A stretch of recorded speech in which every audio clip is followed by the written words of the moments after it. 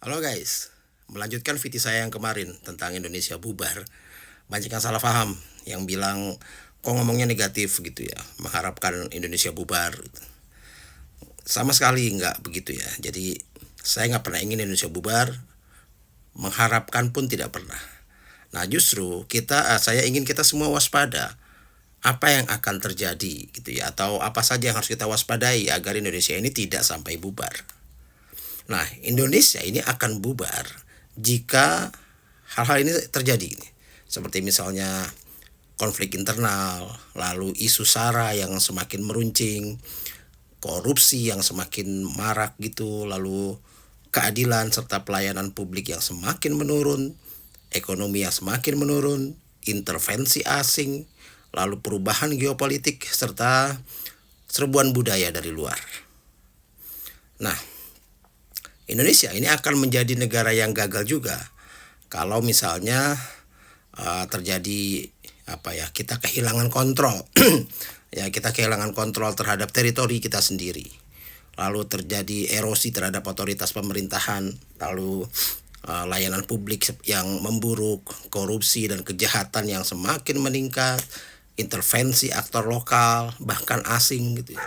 Lalu mulai terjadi perpindahan penduduk dan ekonomi yang semakin menurun.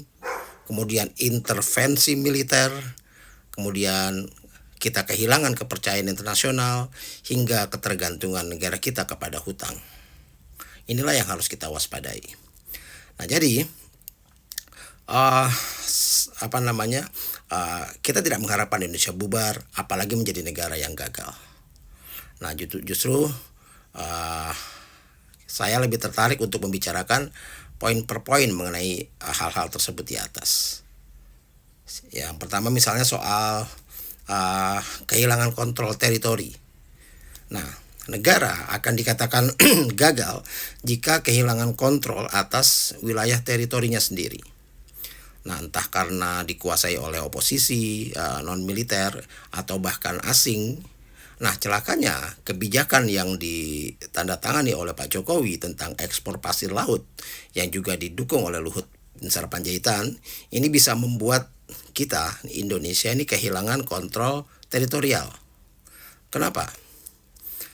Begini, pembeli pasir laut Indonesia ini salah satunya berasal dari Singapura. Nah, di mana saat ini sedang terjadi reklamasi besar-besaran ya di sana gitu ya, yang tentunya akan membuat wilayah zona ekonomi eksklusif Indonesia berkurang, sedangkan Singapura bertambah besar. Nah, fakta ini merupakan sebuah ancaman yang nyata. Bagaimana bisa ya Pak Jokowi justru mempermudah jalan bagi Singapura untuk memperluas wilayahnya.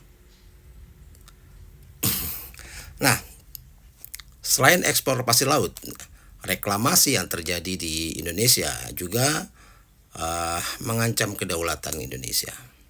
Seperti kasus reklamasi yang pernah terjadilah di Ancol, di mana nelayan kecil dilarang mencari ikan di wilayah perairan reklamasi ya, Pantai Indah Kapuk maksudnya.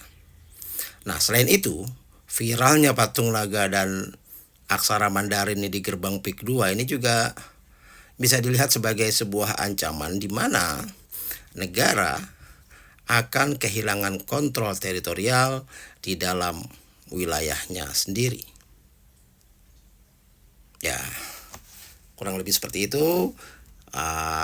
Kalau ada waktu dan jika kita semua menginginkan, kita bahas lagi kelanjutannya. Salam.